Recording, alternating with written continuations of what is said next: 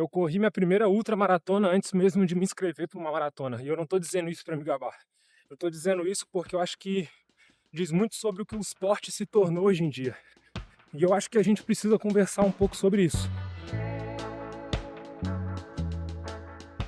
A ultramaratona tem se tornado cada vez mais moda, e isso, na minha opinião, tem dois lados, o lado positivo e o lado negativo. No lado positivo, as pessoas estão se desafiando mais, estão descobrindo novas trilhas, estão tendo mais contato com a natureza, vivendo novas experiências, o esporte está evoluindo e isso é muito bom.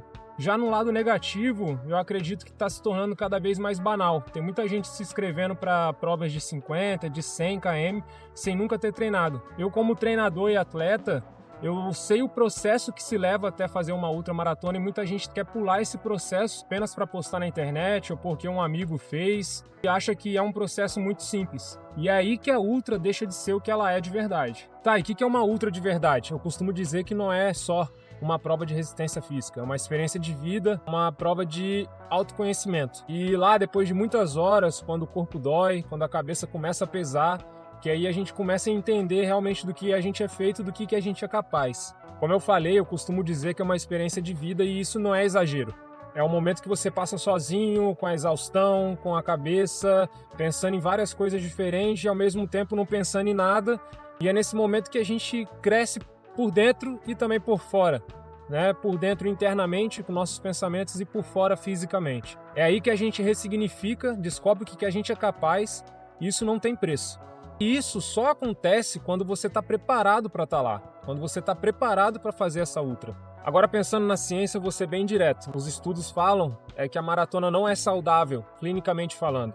Na ultramaratona, o coração sofre um estresse tão grande que é detectado os mesmos marcadores de um infarto e de insuficiência cardíaca. Em alguém saudável e treinado, isso some em poucos dias e não se torna uma doença ou algo grave para ser tratado depois. Isso sem falar em outras situações que nosso corpo está sujeito que possa acontecer com ele, como a rabdomiólise, é uma janela imunológica, aquele momento que a gente fica até 72 horas com a imunidade muito baixa, distúrbio de sódio, são coisas que podem acontecer e podem tornar até mais grave e acabar numa hospitalização. Mas isso não significa que você não pode fazer uma ultra, significa que você tem que respeitar e realmente entender o processo que se leva até lá. A boa notícia é que não há evidências de danos permanentes para quem se prepara bem, faz um espaçamento adequado de provas, de ultramaratonas e se preocupa principalmente com a recuperação. O problema não é a ultramaratona, é a ultramaratona irresponsável.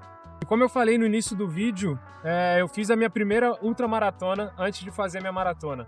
Eu fui essa pessoa irresponsável e eu aprendi com meus erros. Depois que eu comecei a educação física, depois que eu comecei a entender mais como é que funciona todo esse processo, como é que funciona o nosso corpo pré, durante e pós uma ultramaratona, eu entendi que o que eu fiz foi errado.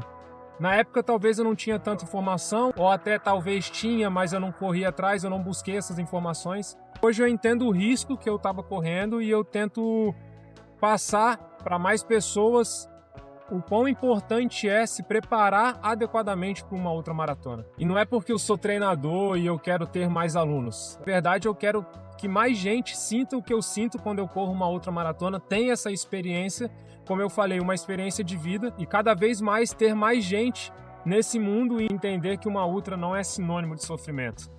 Uma ultra bem feita é sobre gerir o mental, gerir o físico, gerir o esforço, o ritmo, a alimentação. Quando você está preparado, você sofre menos, mas não é porque é fácil, é porque você sabe o que você está fazendo. Você não está sobrevivendo durante a prova, você está vivendo ela. Então, com isso tudo, o que eu quero dizer é o seguinte: não faça uma ultra só para postar ou provar algo para alguém. Faça porque você quer se desafiar, descobrir do que você é capaz, viver uma experiência que você vai levar além da corrida, vai continuar contigo depois que a dor e o sofrimento da prova passar. Quando você decidir fazer, se prepare de verdade, respeite o processo, respeite seu corpo, respeite o descanso, treine de verdade. Ultramaratona não é para todo mundo, mas pode ser, é só você saber chegar até ela do jeito certo. Valeu!